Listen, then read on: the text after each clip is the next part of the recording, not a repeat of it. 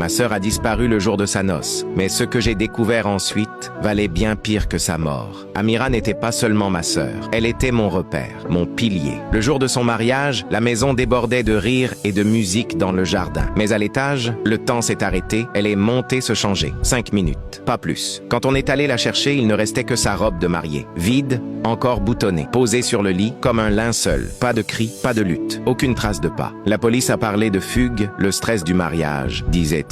Mon père a verrouillé sa chambre le soir même et a interdit qu'on prononce son nom. Mais on ne quitte pas une maison pieds nus en laissant ses bijoux, son téléphone et toute sa vie derrière soi. La disparition d'Amira n'a pas détruit notre famille. Elle l'a lentement empoisonnée. Ma mère a cessé de se regarder dans les miroirs comme si elle craignait d'y voir autre chose que son reflet. Mon père, lui, errait la nuit dans le couloir, toujours devant la porte d'Amira. Il murmurait des excuses à une serrure verrouillée. Hier soir, quelque chose m'a poussé vers le débarras sous l'escalier. Sous des tapis moisis, j'ai découvert une trappe. À l'intérieur, une seule chose, une vieille cassette VHS sans étiquette. Juste un numéro gravé à la pointe d'un couteau, 104. J'ai branché un vieux magnétoscope. L'écran a grésillé. Les parasites ont envahi l'image, puis la vidéo est devenue nette. Ce n'était pas un souvenir de famille. C'était une vidéo filmée de nuit dans notre maison il y a 20 ans. On y voyait ma mère, plus jeune, hurlant sans un son, et mon père enterrer quelque chose sous le plancher de la chambre d'Amira. Soudain,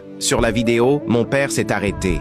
Il a lentement tourné la tête vers la caméra. Il a souri. Pas le sourire d'un père, celui d'un monstre. L'image s'est coupée et à cet instant précis, le plancher de ma chambre a craqué derrière moi. Puis une voix a murmuré à mon oreille « Tu n'aurais jamais dû regarder cette cassette, mon fils.